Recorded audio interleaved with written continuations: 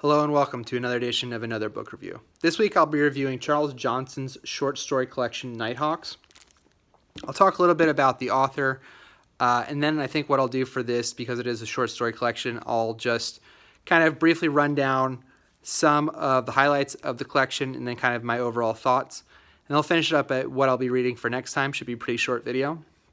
So Charles Johnson is a writer based in Seattle, best known for his work Middle Passage, which won a National Book Award in, I believe, 1990. He is an African American who practices Buddhism, writes fiction, long fiction works, short fiction like this, and also has written a lot for Buddhist publications like Tricycle and other magazines and collections about that philosophy. And I think that's important to know just because I'll kind of talk a little bit about that later as far as how it impacts this. Nighthawks. I believe this is his second or third collection of short stories. He's fairly well regarded, and he's won many awards. And he also worked on children's programming for PBS in the 70s and 80s.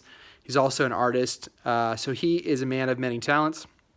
But this Nighthawks, like I said earlier, a lot of the stories some of them deal directly with Buddhist teachings and Buddhist understandings of time and space and things like that, of that nature.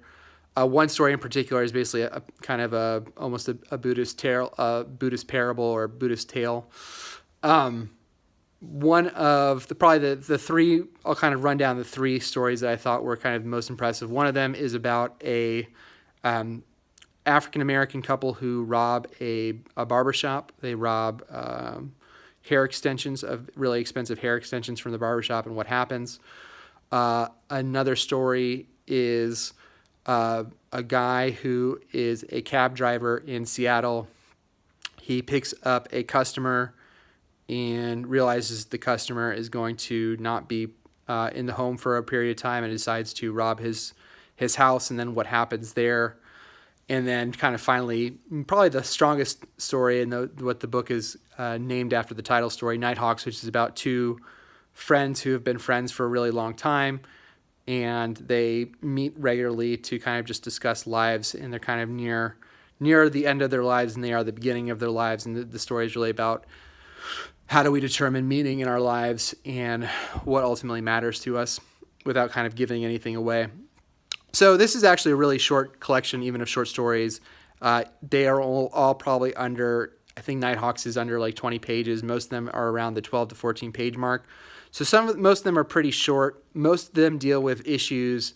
I would say if there is an overarching theme to the book, and I don't necessarily think there is, because I think they are varied.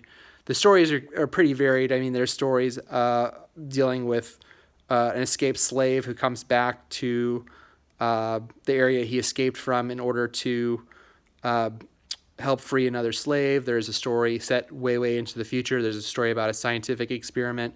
So a lot of them are varied in tone and kind of varied in subject. But if there's maybe an overarching theme to most of them, it's dealing with questions of empathy and how do you get to the point of understanding other people, even if they don't necessarily show points where they could be considered compassion, and what is kind of your responsibility in that. I think a lot of the stories deal something along those themes of just trying to understand the world outside of yourself, and I thought that was really interesting. I think the stories that I mentioned that were kind of the highlights, those were definitely the standouts for me. The like all short stories collections, the quality of the writing differs depending on the reader, obviously, but also some of the subject matter is going to appeal to you more than kind of some stories are going to appeal more than others. The story set in the future, as someone who reads science fiction from time to time, I'm by no means a buff, but I definitely consider myself a science fiction fan. I was a little underwhelmed and disappointed by that one. Some of the other ones didn't necessarily resonate with me very strongly. The ones that I mentioned, I think, were the strongest for me. He is writing in Seattle, or he was based for a long time in Seattle, so a lot of the stories are set in Seattle, so that was kind of interesting. So that's really it. I haven't read any of his stuff before.